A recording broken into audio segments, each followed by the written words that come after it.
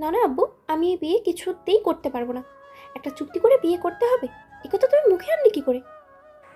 মায়ের চোখে মুখে রাজ্যের বিস্ময় আর ঘৃণা ফুটে ওঠে। জানালার বাহিরে অন্ধকার রাতটা যেন ওর জীবনের অনিশ্চয়তাকে আরও বাড়িয়ে দিল। ঘরে একটা টিমটিমে আলো জ্বলছে, যা ওদের অভাবী সংসারের জীর্ণ দশাটাকে আরও স্পষ্ট করে তুলছে।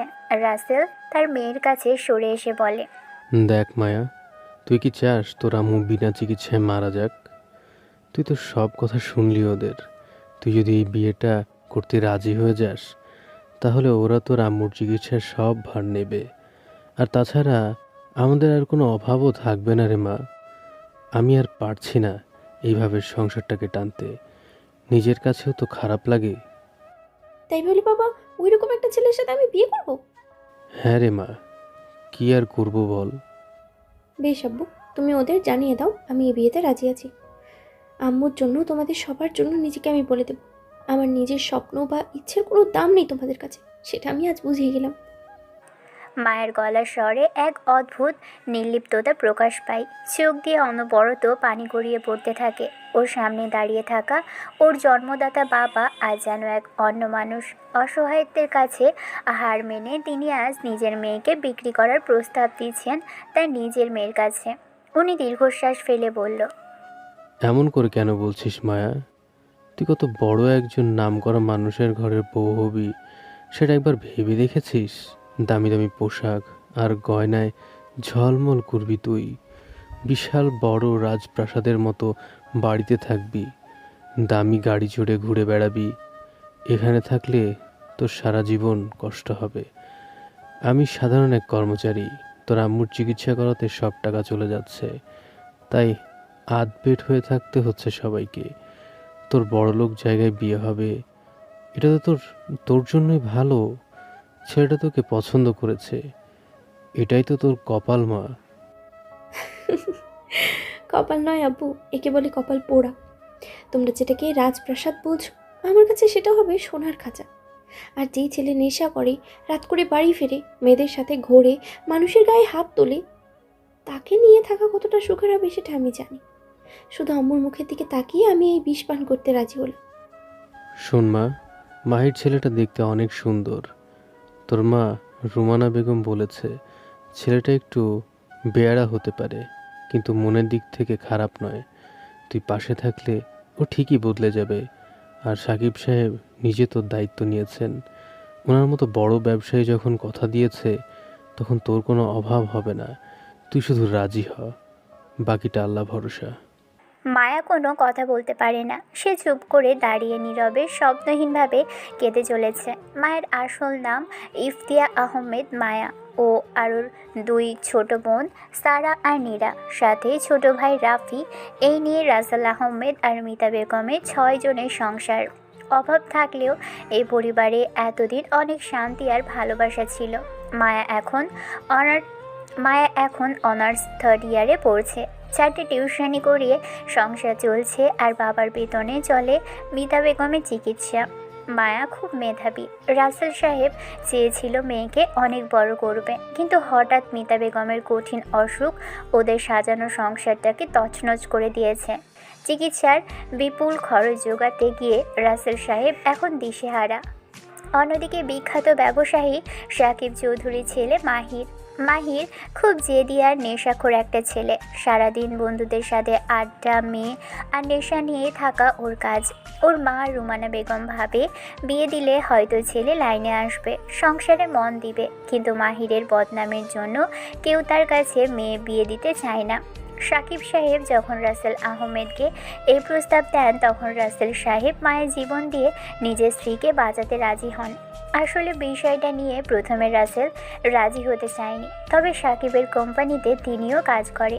এত বড় একজন মানুষ তার হাত ধরে তার স্ত্রী চিকিৎসার কথা জানায়, তখন রাজি না হয়ে পারে না। হুট করে রাসেলকে ডাকে তার কেবিনে।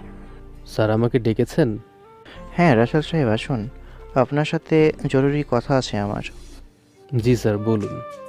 দেখুন রাসেল সাহেব, ঘরে মেয়ে থাকলে তাদের বিয়ে দিতে হয়, জানেনই তো। আপনার ঘরে 3টে মেয়ে আছে। বড় মেয়ের নাম মায়া, অনার্স পড়ছে, তাই না? সবটাই তো জানেন স্যার।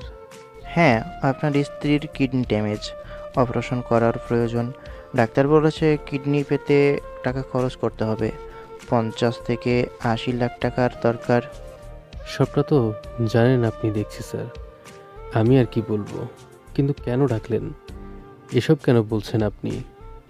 আসলে আমার ছেলে মাহির, একমাত্র ছেলে, সে আমার। এসব কিছুর মালিক সে। সে আপনার মেয়ে মায়াকে পছন্দ করে। সে নিজে বলেছে আমাকে, আমি চাই আমার ছেলের সাথে মায়াকে বিয়ে দিতে। সত্যি বলতে কি, দেয়ালে এখন আমার পিঠ থেকে গেছে। আপনি তো জানেন আমি মানুষটা কেমন, কখনো গরিব বড়লোক এসব দেখি না। আপনি রাজি হলে বা মায়া যদি আমার ছেলেকে বিয়ে করে, তাহলে আপনার স্ত্রীর চিকিৎসার খরচ সবটা আমি দেব। মাহির এটাই বলেছে যে মায়া রাজি হবে না, তবে চুক্তি করলে রাজি হবে। এখন দেখুন কি করবেন, জানাবেন আমাকে পরে। সাকিব সাহেবের কথা শুনে রাসেল প্রথমে স্তব্ধ হয়ে যায়, কিন্তু বিষয়টা এমনভাবে হাত ধরে সাকিব বলেছে, রাসেল না রাজি হয়ে পারেনি। আর মাহির মায়াকে চেনে। কিভাবে চেনে জানেন? ঘটনাটা শুরু হয়েছিল কিছুদিন আগে। মাহি সেদিন রাতে অনেক নেশা করে দ্রুত গতিতে গাড়ি চালাচ্ছিল। রাস্তার মোড়ে একটা পুরনো চশমার দোকান ছিল এক বৃদ্ধের। মাহি নিয়ন্ত্রণ হারিয়ে গাড়িটা সরাসরি সেই দোকানের উপর তুলে দেয়। দোকানটা দুমড়ে মুচড়ে যায় আর বৃদ্ধ লোকটি ছিটকে পড়ে যায় বাহিরে। ঠিক সেই সময় টিউশনি করিয়ে ফিরছিল মায়া। মাহির গাড়ি থেকে টলতে টলতে নেমে আসে। বৃদ্ধ লোকটা ব্যথায় কোকাচ্ছে, কিন্তু মাহির উল্টো তাকে গালি দিতে শুরু করে। এই পুরো হারামির বাচ্চা, চোখ নেই তোর? মরার জন্য কি আমার গাড়ির সামনে আসতে হলো? জানিস এই গাড়ির দাম কত? তোর মতো হাজারটা দোকান বিক্রি করলেও আমার এই গাড়ির দাম হবে না। ওঠ, যা ভাগ এখান থেকে। বাবা, আমি তো আমার দোকানের ভিতরেই ছিলাম, আপনি তো এসে মেরে দিলেন। আমার সব শেষ হয়ে গেল বাবা। আমি লোন তুলে দোকানে মাল আনছিলাম, আপনি রাস্তা ছাড়া ভিতরে চলে এসেছেন। আমার এখন কি হবে? ক্ষতিপূরণ করুন। চুপ কর একদম। ফালতু কথা বললে এক থাপ্পড় মেরে দাঁত ফেলে দেব। যত সব ছোট লোকের দল। রাস্তার পাশে দোকান নিয়ে বসেই থাকে ঝামেলা করতে। ওই ফুটপাত কি তোর বাপের? হ্যাঁ, টাকা চাস আমার কাছে? শালা, তোর এত বড় সাহস, আমার সাথে তুই টোকারি করিস? তোকে আজ আমি কি করব আমি নিজেও জানি না। শালা তারা শোরের বাচ্চা।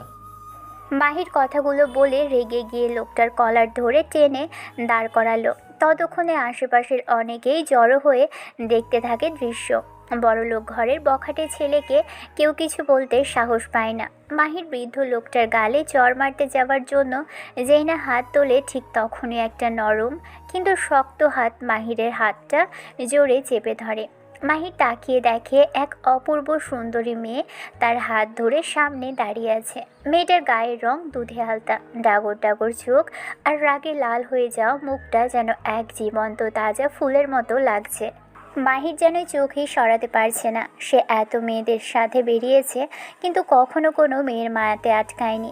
মায়াকে দেখে মাহির এক মুহূর্তের জন্য থমকে যায়, কিন্তু মায়া চিৎকার করে বলে, এই বেয়াদব ছেলে, ছাড়ুন। লোকটা পাঞ্জাবি, লজ্জা করে না আপনার? হ্যাঁ, অন্যায় করে আবার মানুষের গায়ে হাত তুলছেন। টাকার গরম ধরাতে সরা জ্ঞান করছে বুঝি? বাবার বয়সী লোকের গায়েও হাত তোলেন? এখনই তাকে সরি বলুন আর জরিমানা দিয়ে চলে যান। এই চাচা কত হয়েছে আপনার প্রতি? বৃদ্ধ লোকটা কোনো রকমে নিজেকে ছাড়িয়ে কিছুটা দূরে সরে আসে। তারপর বড় একটা ঢোক গিলল। মাহির কিছুই বলে না, সে মায়ার দিকে তাকিয়ে আছে। বৃদ্ধ লোকটা ভয় নিয়ে বলে, মা, আমার টাকা লাগবে না, আমি চলে যাচ্ছি। আরে চাচা দাঁড়ান, এমন বখাটে বেয়াদব বড় লোকের ছাপড়ি ছেলেদের ছাড় দেবেন কেন? পুলিশে দেন, নয়তো জরিমানার চিকিৎসার খরচ নেবেন। মাহির মুচকি হাসে। মায়ের কথা শুনে মাহিরের ভিতরের রাগ। আরে এই মেয়ে, তুমি কে? হাত ছাড়ো আমার। তুমি জানো আমি কে? আমার বাবার নাম শুনলে তোমার হার্ট অ্যাটাক হবে। আমাকে দেবে পুলিশে? ওই 2 টাকার পুলিশ আমার বাবার ড্রয়িং রুমে বসে চায়ের কাপ পরিবেশন করে, বুঝলে? চুপ! বাবার পরিচয়ে বড়াই না করে নিজের পরিচয় দেন। নেশা করে গাড়ি চালিয়ে গরিবের পেটে লাথি মারছেন, আবার বড় বড় কথাও বলছেন। আপনি কি মানুষ নাকি জানোয়ার? জানোয়ারই হবেন, নয়তো পশুর মতো আচরণ হতো না। কি কি বললে? এই বেয়াদব মেয়ে, আমাকে জানোয়ার বলছো? তোমার সাহস তো কম না। একটা থপ্পড় দিয়ে তোমার এই রূপের অহংকার গড়িয়ে দিতে পারি আমি। চাও সামনে থেকে দূর হয়ে যাও। আমার বাবার যা আছে সেগুলো আমারই, বড়াই তো আমিই করব। পোশাক দেখে তো মনে হয় কোনোদিন মজুর গরিবের খানাতে থাকো, আসছে ফুটানি দেখাতে। যাও ভাগো ফালতু মেয়ে কোথাকার। এই, মুখ সামলে কথা বলবেন। ফালতু কাকে বলেন? হ্যাঁ, আপনার মতো অমানুষ নয় আমি। আর আমার গায়ে হাত তুলে দেখুন একবার। এই যে মানুষগুলো দেখছেন না, এরা সবাই সাক্ষী। আপনি বড় লোকের ছেলে হতে পারেন, কিন্তু আইনের ঊর্ধ্বে নন। এক্ষুনি ওনার কাছে ক্ষমা চান। বারবার এক কথা বলতে পারবো না। কি, আমি ক্ষমা চাইবো এই বুড়োর কাছে? অসম্ভব। যা করতে পারো করে নাও, টাকা দিয়ে সব মুখ বন্ধ করে দেব আমি। এই লোকগুলো তো এখানকার ব্যবসাদার, সবার দোকান বন্ধ করে দিতে পারি। হই, তুই টাকা চাস? মাহির মুচকি হাসে। মায়ের কথা শুনে মাহিরের ভিতরে রাগটা চড়ে যায়। সে আরও রেগে বলে। মাহি সেই বৃদ্ধ লোকটার দিকে তাকিয়ে কথাটা বলে। ভয় লোকটা সিটিয়ে যায়। মাহির মুচকি হাসে, তবে মায়া আর সহ্য করতে পারে না। ও নিজের হাতের সজোরে একটা চর বসিয়ে দেয় মাহিরের বাম গালে। হুট করে চর মারবে মায়া, মাহি সেটা কল্পনাও করতে পারেনি। সাধারণ মেয়ের হাতে চর খেয়ে মাহির তো স্তব্ধ হয়ে গেছে, সেই সাথে পুরো এলাকাও স্তব্ধ হয়ে যায়। মাহি নিজের গালে হাত দিয়ে অবিশ্বাস্য চোখে মায়ের দিকে তাকিয়ে থাকে। এই চটটা আপনার টাকার অহংকারের জন্য। আপনি ভাবেন টাকা দিয়ে সব কেনা যাবে? শুনুন, মানুষের সম্মান টাকা দিয়ে কেনা যায় না। এখন চুপচাপ 1 লাখ টাকা বের করুন এই দোকানের ক্ষতিপূরণ বাবদ, নাইলে আমি পুলিশ ডাকবো আর এই এলাকার মানুষকে সাথে নিয়ে আপনার বাড়ির সামনে যাব। তুই আমাকে চড় মারলি? আমাকে? তোমার নাম কি মেয়ে? কোথায় থাকো? তোমার ব্যবস্থা আমি করছি। কোচও করবেন আমার ব্যবস্থা। ভয় পাই না আমি। আমার নাম মায়া। খুশি হয়েছেন? এবার ভালো ছেলের মতো জরিমানা দিন। 1 লাখ টাকা দেবেন, তবে এখান থেকে যেতে পারবেন। মাহির রাগে কাঁপতে থাকে, কিন্তু মায়ের চোখের আগুনের সামনে ও কেমন যেন দমে যায়। ও পকেট থেকে চেক বই বের করে 1 লাখ টাকার একটা চেক সই করে মায়ের দিকে ছুঁড়ে মারে, তারপর বলে, এই নাও টাকা। গরিবের জাতে রাখালে টাকাই চেনে। শোন, এই টাকা দিয়ে আমি একদিন তোকে আমার সামনে দাঁড় করাবো, দেখে নিস। আজ টাকা দিয়ে যাচ্ছি, কিন্তু মনে রাখিস মেয়ে, এই চরের বদলা আমি নেব। যেখানেই থাকিস তোকে আমি খুঁজে বের করবই। মাহির চৌধুরীকে চর মারার ফল খুব খারাপ হবে। মাহির কখনো ছাড় দেয় না। চুপ করুন, এটাও শুনে রাখুন, আমি মায়া আহমেদ। কারোর হুমকিকে ভয় পাই না, অন্যায়ের প্রতিবাদ করতে জানি। যান এখন এখান থেকে, মুখ দেখাবেন না আর।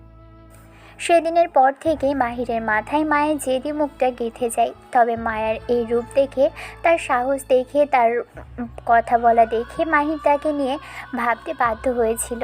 আর যার কারণে মাহির প্রেমে পড়ে যায় মায়াতে এতটাই বিভোর হয়ে পড়ে যে সে নেশা করার কথা ভুলেই গিয়েছিল। ও ঠিক করে এই মেয়েকেই ও পটাবে। এরপর মাহির খুঁজে বের করে মায়াকে। মায়ের পিছু নেয় অনেকটা দিন ধরে। মায়া কখন ভার্সিটি যায়, কখন ফিরে, কখন টিউশনি যায়, সবটাই মাহির জানে। 2 মাস যাবৎ মায়ের পিছনে পড়ে থাকে মাহির। মায়ের বান্ধবী রিধি বলে, মায়া, আজ 2 মাস ধরে লক্ষ্য করছিস একটা জিনিস? কি জিনিস? একটা ছেলে বড়লোক, হ্যান্ডসাম, গাড়ি নিয়ে রোজ তোর পিছু নেয়। ছেলেটা কিন্তু দেখতে সেই। ওর নাম মাহির। দেখতে মানুষ হলেও বেয়াদবে 1 নম্বর। বড়লোক বাপের বখাটে ছেলে সে। ওর দিকে নজর দিস না। নেশা করে ঘুরে বেড়ায়, বাপের টাকায় ফুটানি দেখায়, লোকজনদের মারধর করে, নিজের দোষ করে। ওর ফাঁদে পা দিলে মরবি। কিন্তু ও তোর পিছনে পড়ে আছে, কি করবি তুই? এসব দেখার সময় নেই আমার। মা অসুস্থ, বাবার চাকরি থেকে যা আসে তা দিয়ে মায়ের চিকিৎসা চলছে, আর আমি পড়াশোনা টিউশনি করেই ব্যস্ত। এমন চললে করতেই পারবো না দেখিস। আর বখাটে দেখার সময় আছে? বাদ দে তো, আজাই। মায়া মাহিরের দিকে তাকিয়ে কথাগুলো বলে। মাহির যদিও দূর থেকে শুনেছে সবটাই, মায়ের শোনানোর জন্যই কথাগুলো বলেছে। তারপর কদিন কেটে যায়। মাহির একদিন সবার সামনে সাহসের সাথে মায়াকে প্রপোজ করার সিদ্ধান্ত নেয়। সে এক বিশাল বড় আয়োজন করে মায়ের ভার্সিটির সামনে। মায়া বের হয় রিধির সাথে। এমন সময় মাহির পকেট থেকে হীরের একটা দামি আংটি বের করে মায়ের সামনে হাঁটু গেড়ে বসে পড়ে। ভার্সিটির সামনে এমন কাণ্ড দেখে সবাই জড়ো হয়ে গেল। সবার উৎসুক চোখের সামনে মাহি নিজের মনের কথা জানাতে শুরু করে। মায়া, আমি জানি তুমি আমায় অপছন্দ করো, কিন্তু আমি তোমাকে ভালোবেসে ফেলেছি মায়া। আজ আমি হাঁটু গেড়ে বসেছি শুধু তোমার সামনে নয়, আমার পুরো জীবনটা তোমার হাতে তুলে দেওয়ার জন্য। জানো, মানুষ বলে ভালোবাসা নাকি চোখে দেখা যায় না, কিন্তু আমি তোমার দিকে তাকালে সেটা অনুভব করি, নিঃশ্বাসের মতো স্পষ্ট, হৃদস্পন্দনের মতো সত্য মনে হয়। আমি কখনো তোমার প্রেমে পড়েছি সেটা ঠিক জানি না, বলতে পারো তোমার চর বকা শাসন পেয়েই। কিন্তু এটা জানি, তোমাকে ছাড়া একটা দিনও কল্পনা করতে গেলে আমার ভেতরটা ফাঁকা হয়ে যাবে। তুমি আমার শান্তি, তুমি আমার অস্থিরতা, তুমি সেই মানুষ যার জন্য আমি নিজেকে বদলাতে রাজি, আবার যার সামনে আমি একদম নিজের মতো থাকতে পারি। মায়া, আমি পারফেক্ট না, আমার ভুল আছে, ভয় আছে, অগোছালো দিক আছে, বকাটেপনাও আছে, কিন্তু একটা জিনিস আমি নিঃস্বার্থভাবে দিতে পারি, সেটা হলো আমার ভালোবাসা। এমন ভালোবাসা যেখানে তুমি কখনো একা হবে না, কখনো অবহেলিত হবে না। আমি প্রতিশ্রুতি দিয়েছি, তোমার হাসির কারণ হতে না পারলেও কখনো তোমার কান্নার কারণ হব না। এই আংটিটা শুধু একটা গহনা না, এটা আমার প্রতিজ্ঞা, আমার স্বপ্ন, আমার ভবিষ্যৎ। যেখানে তুমি আছো, শুধুই তুমি। আমি তোমার পাশে থাকতে চাই, তোমার প্রতিটা সুখ দুঃখে, প্রতিটা লড়াইয়ে, প্রতিটা জয়ে। তাই আজ সবার সামনে নিজের সমস্ত সাহস জোগাড় করে বলছি, মায়া, তুমি কি আমার হবে? তুমি কি আমার জীবনের প্রতিটা গল্পে আমার সঙ্গী হবে? তুমি কি আমার ভালোবাসাকে তোমার জীবনের সবচেয়ে নিরাপদ জায়গা বানাবে? এই আংটিটা তোমার জন্য। মায়া মাহিরের এই অবস্থা দেখে কিছুক্ষণ স্তব্ধ হয়ে থাকে। তারপর সে খিলখিল করে হেসে ওঠে। সে হাসিতে মায়ের অবজ্ঞা আর ঘৃণা ফুটে ওঠে। মায়া বলে, মাহির সাহেব, আপনাদের মতো ছেলেরা ভালোবাসতে জানে নাকি? আপনাদের কাছে ভালোবাসা মানে হলো দামি গাড়ি আর হীরার আংটি দিয়ে ভুলিয়ে ডেট করা। আপনারা ভাবেন টাকা দিয়ে সব কিছু কেনা যায়, এমনকি একটা মেয়ের মনও। আপনার মতো একজন নেশাখোর আর বেয়াদব ছেলেকে আমি কেন বিয়ে করব? আপনি কি ভাবেন এই আংটি দিয়ে আমাকে কিনতে পারবেন? বড়লোক বাপের টাকা দিয়ে নিজের চরিত্র ঢাকা যায় না মাহির সাহেব। যান, দূরে গিয়ে মরেন, আপনাকে আমি দেখতে চাই না আমার সামনে। মাহির উঠে দাঁড়ালো। সবার দিকে তাকায় সে। সবাই কেমন করে যেন তাকিয়ে আছে। মাহিরের মুখটা অপমানে লাল হয়ে যায়। চারপাশের সবাই ফিসফাস শুরু করে। মাহির কোনো দিনও স্বপ্নেও ভাবেনি যে কোনো মেয়ে তাকে এভাবে সবার সামনে রিজেক্ট করবে। সে বলে, আমাকে না করে দিয়ে তুমি ভালো করলে না মায়া, এর ফল তোমাকে পেতে হবে। সবার সামনে এভাবে তুচ্ছ করে দেখলে আমাকে, তোকে আমি আমার ঘরের বউ করে ছাড়বো মায়া। যে ছেলে কোনো মেয়েকে পাত্তা দেয় না, সেই ছেলে তোকে আজ নিজ থেকে বিয়ে করতে চেয়েছে, আর তুই সবার সামনে আমাকে এইভাবে অপমান করলি। তোর এর চরম মূল্য দিতে হবে। হুমকি দেবেন না মাহি সাহেব, আপনার মতো ছেলেকে আমি গুনাতে রেখে চলি না। আপনি টাকার গরম দেখান আর আমি দেখাই মানুষের আত্মসম্মান। আপনার মতো বেয়াদব অহংকারী কোনো ছেলেকে বিয়ে করার চেয়ে মরে যাওয়া ভালো। যান এখান থেকে, আমি গরিব ঘরের মেয়ে, আমার পেছনে পড়ে থাকার সব সময়ে অপচয় করবেন না। মাহির রাগে চিৎকার করতে করতে ওখান থেকে চলে যায়। সে সোজা নিজের বাড়িতে গিয়ে তার বাবা আর মায়ের সামনে গিয়ে দাঁড়ালো। তার চোখ দিয়ে যেন আগুন ঝরছে। সে রেগে বলে, আম্মু আব্বু, তোমরা তো সবসময় আমার বিয়ে দিতে চাও, তাই না? তাহলে শোনো, আমি যে মেয়ের কথা বলবো তাকেই আমার চাই, তাকে ছাড়া আমি অন্য কাউকে বিয়ে করব না। আর যদি আমার কথা না শোনো তবে আমি আরও বেহেয়া হয়ে যাব, নেশা করে নিজের জীবন শেষ করে দেব। ওরে বাবা, শান্ত হ। আগে বল মেয়েটা কে? তুই চাইলে আমরা অবশ্যই ব্যবস্থা করব। মেয়ের বাবার নাম কি আর পরিচয় কি? মেয়ের নাম মায়া আর তার বাবার নাম রাসেল আহমেদ। সে বাজারের ওইদিকে কই যেন থাকে। ওর আরও দুটো বোনও আছে, এক ছোট ভাইও আছে। ওর বাবা ছোট একটা চাকরি করে, মা অসুস্থ হয়ে পড়ে আছে। রাসেল, পরিচয় শুনে মনে হচ্ছে সে তো আমাদের কোম্পানিতেই ছোটোখাটো একটা চাকরি করে, সাধারণ এক কর্মচারী। তুই তার মেয়েকে পছন্দ করলি কিভাবে? পছন্দ অপছন্দ জানি না আপু, আমার তাকেই চাই। তোমরা আজই রাসেল আহমেদের সাথে কথা বলো, বলবে তার স্ত্রীর চিকিৎসার সব দায়িত্ব আমার। প্রয়োজনে রাসেলকে অনেক টাকা দেব, কিন্তু চুক্তি করে হলো মায়াকে আমার চাই। মায়া যাতে এই বিয়েতে বাধ্য হয় সেই ব্যবস্থা করো। আচ্ছা, আমি রাসেলের সাথে কথা বলে দেখছি। তার স্ত্রীর অবস্থা যেহেতু খারাপ বলি, সে হয়তো এই প্রস্তাবে না করবে না। আমি কালই ওকে অফিসে ডেকে কথা বলবো। মাহির মনে মনে হাসে। সে জানে মায়ের বাবা অভাবী আর তার মায়ের চিকিৎসার দরকার। এই দুর্বলতার সুযোগ নিয়েই সে মায়াকে নিজের খাঁচায় বন্দি করবে। মাহি নিজের মনে প্রতিজ্ঞা করে যে মায়া তাকে সবার সামনে অপমান করেছে, তাকে সে সারা জীবন নিজের কাছে রেখে তিলে তিলে কষ্ট দেবে। এরপর তো সবটাই জানেন। মায়া দারিদ্র্যের সুযোগ নিয়ে ও ওর বাবার মাধ্যমে বিয়ের প্রস্তাব পাঠায় সাকিবের কাছে। রাসেল আহমেদ যেহেতু সাকিব সাহেবের অফিসের কর্মচারী, তাই তিনি এই বড় সুযোগ হাতছাড়া করতে চান না। দেখো রাসেল, আমার ছেলেটা একটু অবাধ্য, কিন্তু তোমার মেয়ে মায়া অনেক ভালো। আমি সেদিনকার সব ঘটনা শুনেছি। ও আমার ছেলেকে চড় মেরেছে। এটা শুনে আমি রাগ করিনি, বরং খুশি হয়েছি। এমন মেয়ে আমার ছেলের দরকার। তোমরা বিয়েতে রাজি হলে আমি তোমার স্ত্রীর সব দায়িত্ব নেব।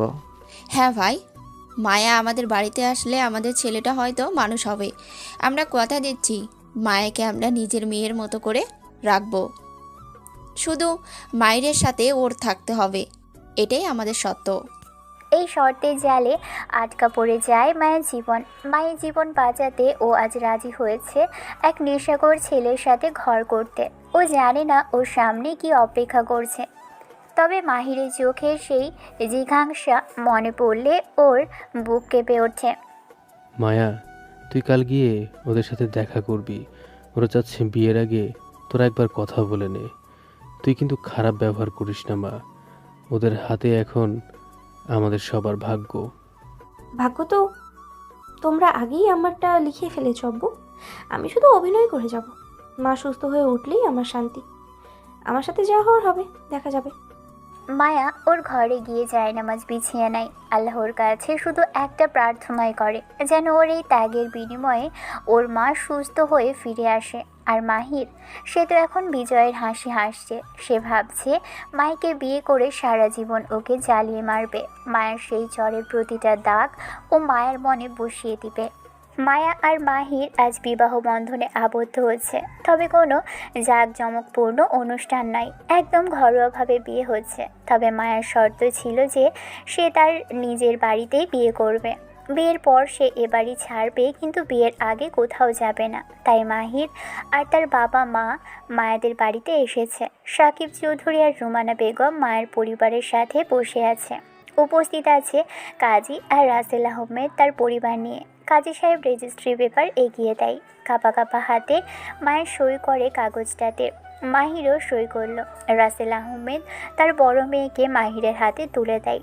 রেজিস্ট্রি হয়ে যাবার পর মাহি সেই দামি ডায়মন্ডের আংটিটা বের করে, যা নিয়ে মায়া তাকে অপমান করেছিল। মাহির মায়ের হাত শক্ত করে ধরে আংটিটা পরিয়ে দিল। মায়া কিছু বলে না, কেবল মাথা নিচু করে থাকে। তাই চোখে আজ পানি নেই, আছে এক পাথর চাপা স্তব্ধতা। মাহিরও কিছু বলে না। তার মনে তো এমনিতেই মায়ের জন্য কোনো ভালোবাসা কাজ করে না, বরং তার অবচেতন মনে পড়ে যায় প্রিয়া নামের একটা মেয়ের কথা। প্রিয়াকে মাহির প্রাণ দিয়ে ভালোবাসতো। প্রিয়া ছিল মাহিরের পৃথিবী, কিন্তু প্রিয়া মাহিরকে ধোঁকা দিয়ে অন্য একজনের সাথে চলে যায়। সেই থেকেই মাহির বদলে গেছে। সে এখন বেয়ারা, নেশাখোর আর বখাটে। মেয়েদের সে কেবল ব্যবহার করে আর ছুঁড়ে ফেলে দেয়। মায়াকে সে সত্যি ভালোবাসে এমন নয়। মায়া তার সাথে প্রথম দিন যে বাজে আচরণ করেছিল আর সবার সামনে চড় মেরেছিল, সেই প্রতিশোধ নিতেই মাহির আজ তাকে নিজের জালে বন্দি করেছে। বিয়ে শেষ হতেই মাহির কারো তোয়াক্কা না করেই দ্রুত গাড়িতে গিয়ে বসে। রাসেল আহমেদ মায়াকে ধরে কাঁদছে। মায়া ধীর পায়ে সবার কাছ থেকে বিদায় নিয়ে গাড়িতে ওঠে। মাহির আর মায়া গাড়িতে করে মাহিরদের বিশাল বাড়িতে গিয়ে পৌঁছলো। বাড়িতে পা রাখতেই রুমানা বেগম বলে, মাহির বাড়িতে কিন্তু নতুন বউ বরণ আর নাচ গানের অনুষ্ঠান আছে। তুই কোথাও যাবি না, এখন থাকিস কিন্তু। কে থাকবে? আমি? কখনো না। এই 2 টাকার মেয়ের জন্য আমি আমার দামি টাইম ওয়েস্ট করতে পারবো না। আমি আমার কাজে যাচ্ছি, তোমরা যা ইচ্ছা করো। মাহির, আজ তোর বিয়ের রাত, তুই এখন বাইরে যাবি মানে কি? লোকলজ্জার একটা তো ভয় আছে। তোমাদের লোকলজ্জা তোমরা সামলাও। এই বিয়ে তো তোমরা তোমাদের প্রয়োজনে দিয়েছ। সংসার এসব আমার দ্বারা হবে না।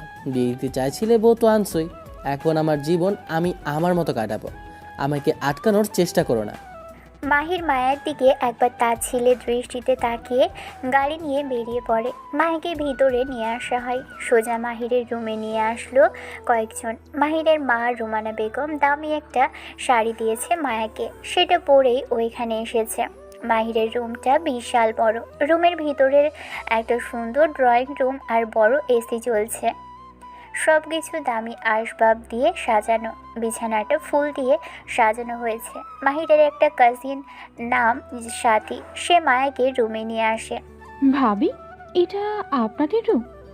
দেখেন তো পছন্দ হয়েছে কিনা। নিজের রুমটা সাজিয়েছি ফুল দিয়ে। মাহির ভাই আসলে খুব অগোছালো, রাতে কেবল বাড়িতে ফেরে আর যেখানে সেখানে কাপড় চোপড় খুলে রেখে চলে যায়। সে সবসময় নেশা করে থাকে, তবে মানুষ হিসেবে কিন্তু অনেক ভালো। মনটা ওর খুব পরিষ্কার। কিছু খাবেন আপনি? আমি কেবল একটু পানি খাবো।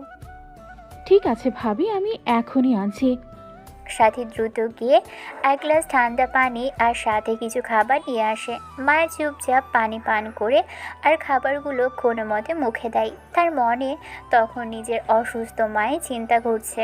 ওদিকে মাহির তখন শহরের এক দামি বাড়ি বসে নেশা করছে। তার সাথে আছে তানিয়া নামের এক সুন্দরী মডেল। তানিয়া মাহিরের কাঁধে হাত রেখে হাসছে। তানিয়া বলে, মাহির, আজ তো শুনলাম তোমার বিয়ে। তো এই রাতে তুমি আমার সাথে কি করছো? বউ বাড়িতে একা কান্নাকাটি করছে না তো?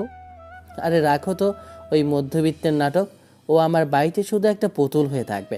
আমার আসল জীবন তো তোমার মতো সুন্দরীদের সাথে। চলো আজ সারা রাত আনন্দ করি। তুমি যদি চাও তবে আমি তোমার সাথে যে কোনো জায়গায় যেতে রাজি আছি মাহির। শুধু বিনিময়ে আমাকে নতুন হীরের সেট দিতে হবে। টাকার চিন্তা করো না তানিয়া, আমি খুশি থাকলেও তুমিও খুশি থাকবে। চলো আজ রাতটা আমরা নিজেদের মতো করে কাটাই। মাহি নেশার ঘরে তানিয়ার সাথে একটা রুমের ভিতর ঢোকে। তারপর একসাথে বিছানায় ঘণ্টাখানেক খাট কাঁপানো হাঁকি পাঁকি আর কানামাছি ভৌ ভৌ খেলে বের হয়। তারপর গান নাচ শুরু হলে সেখানে মাহির প্রচুর টাকা ওড়ায়। এভাবেই মাঝরাত হয়ে যায়। মাহির টলতে টলতে বাড়িতে ফেরে। তার চোখ লাল হয়ে আছে ড্রিঙ্কসে।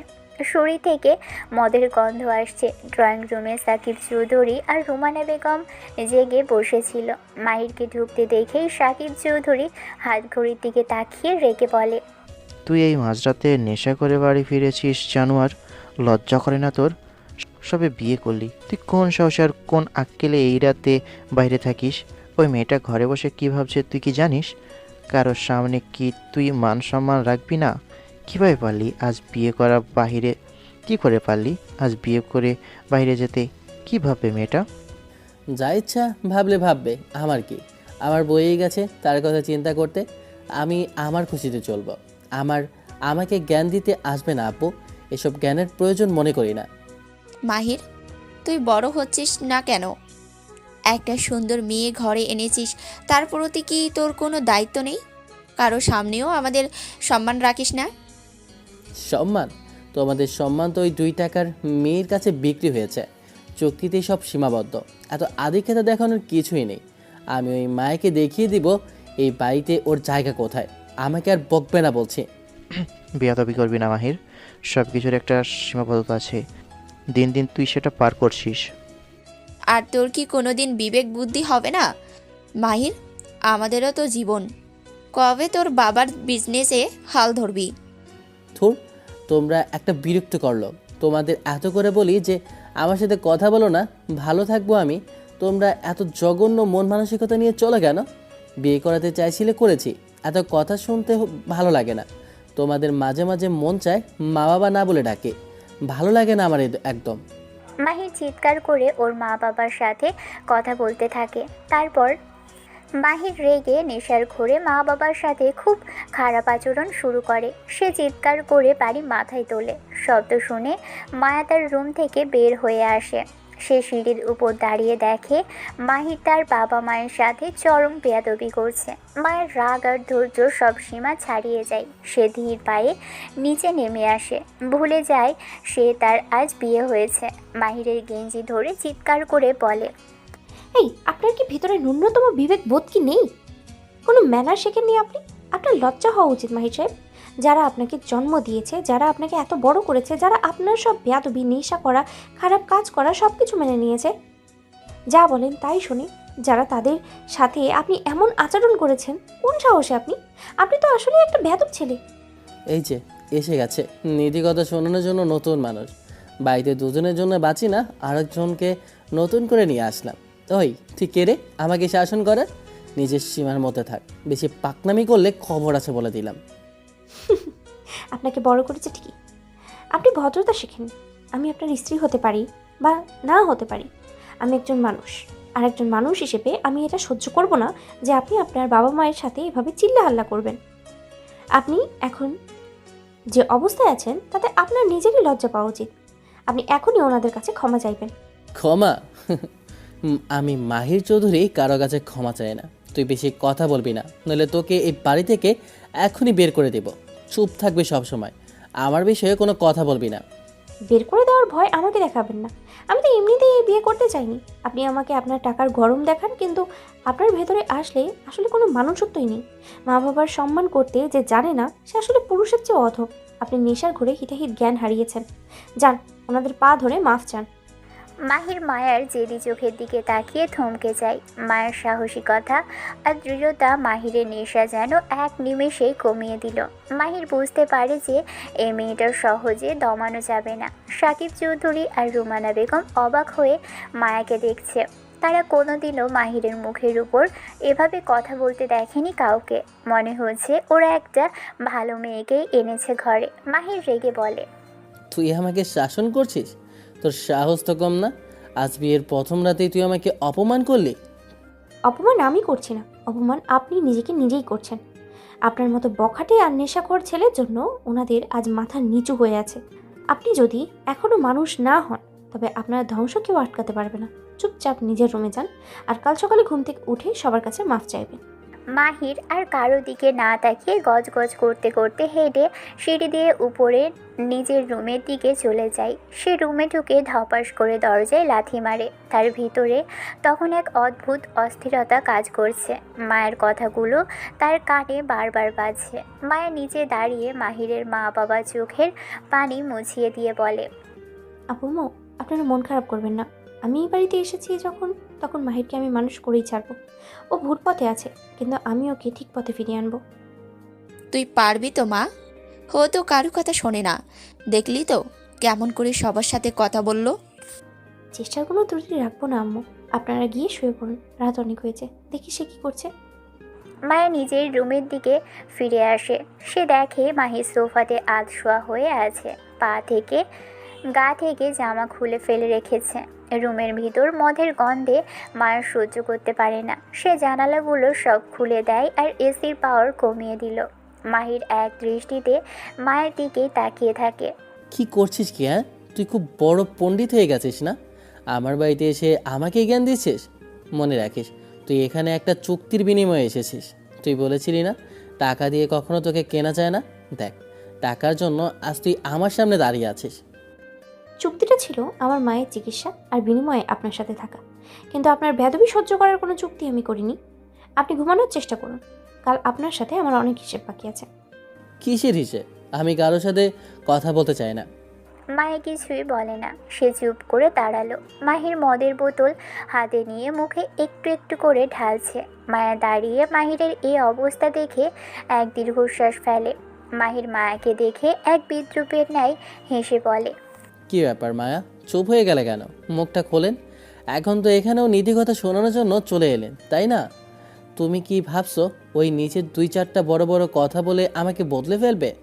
শোনো মায়া, এই মাহির চৌধুরী কারো কথায় চলে না। আমি আমার মতো চলতে পছন্দ করি। আমি আপনাকে বদলাতে আসিনি মাহির সাহেব।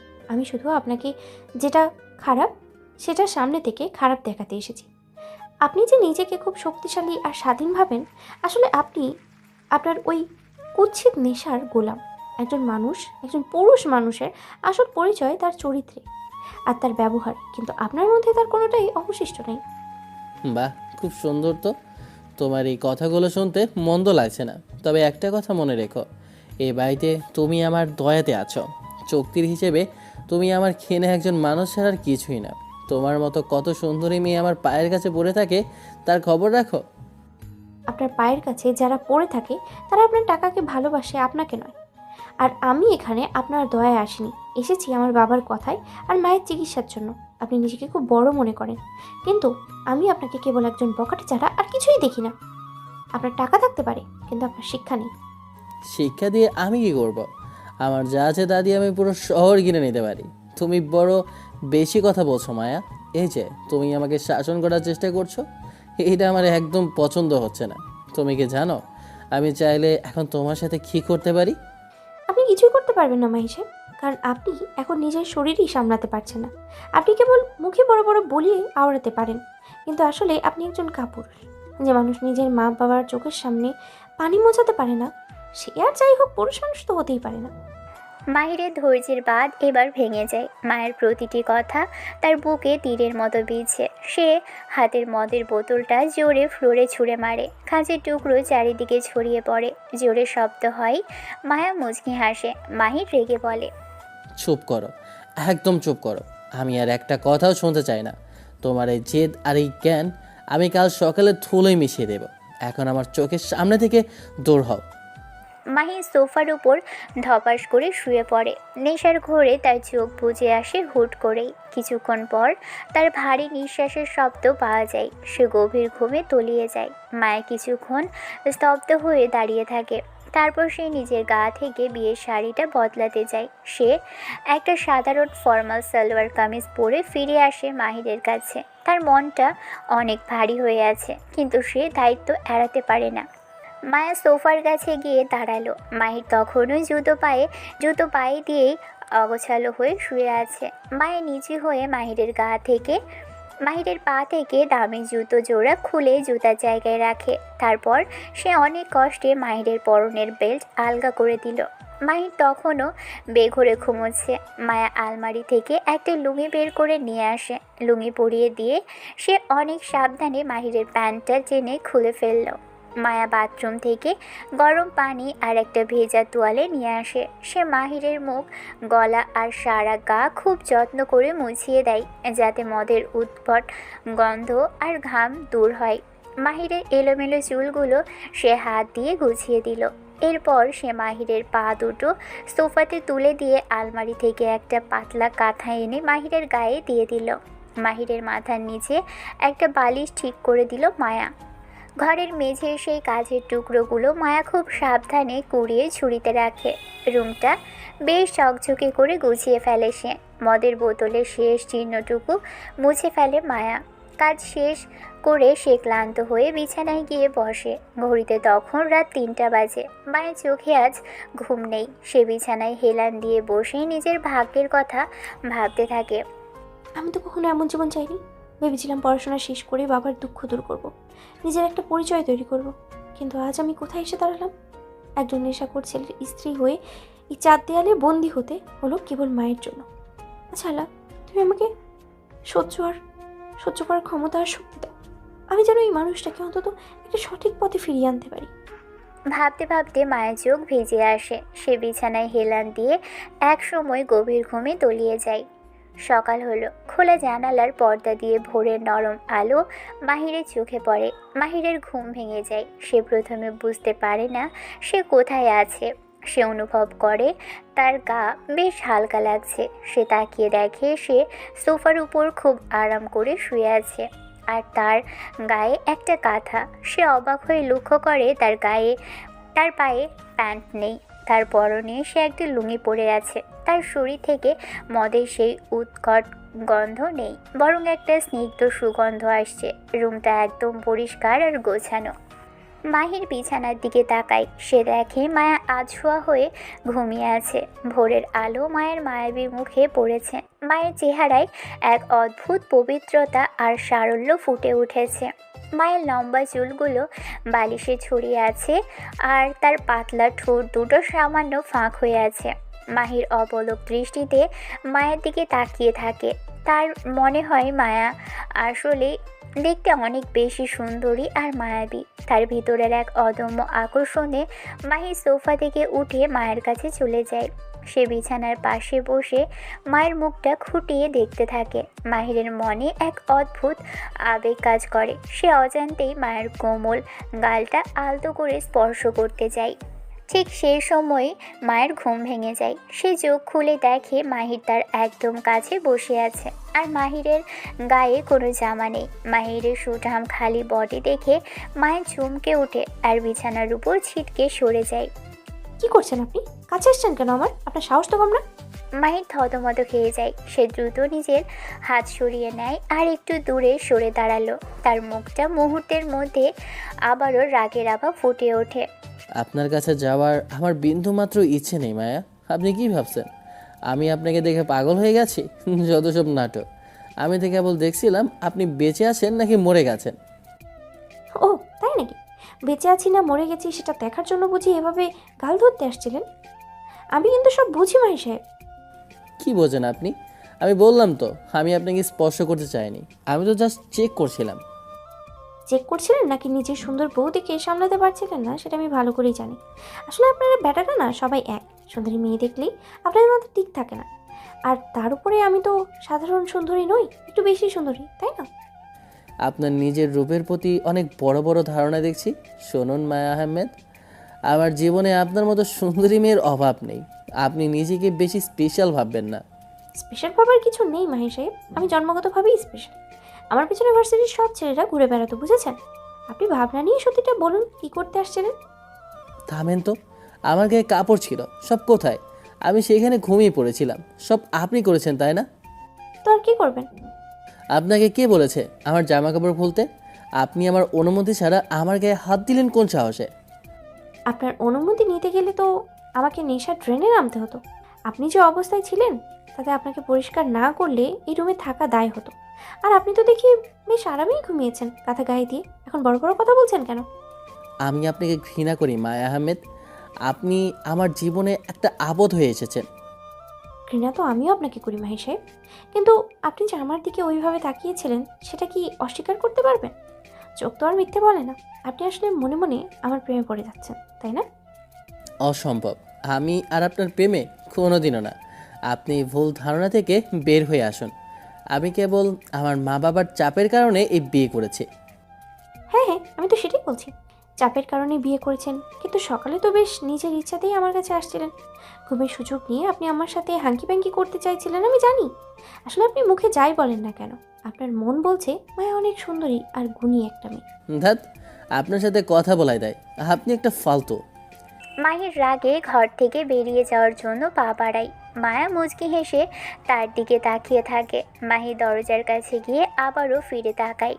কাল রাতে আপনি আমার মা বাবার সামনে যা করেছেন সেটার জন্য আপনাকে ক্ষমা চাইতে হবে। ক্ষমা আমি নয়, আপনি চাইবেন মাহি সাহেব, কারণ আমি কেবল সত্যি বলছি। আপনি আপনার বাবা মার সম্মান করতে শিখুন আগে। আর শুনুন, গোসল করে নিন। আপনার শরীর থেকে এখনও হালকা মদের গন্ধ আসছে, আমার ভালো লাগছে না। এমন মদের গন্ধ থাকলে কোন মেয়েরা যে আপনার কাছে আসে ভাবতেই বমি পাচ্ছে। মাহির মায়ের কথা শুনে রেগে দাঁত কিরমির করে। সে বুঝতে পারে মায়াকে কথায় হারানো সহজ নয়। সে গটগট করে বাথরুমে ঢুকে যায়। মায়া বিছানায় বসে নিজের মনে হাসতে থাকে।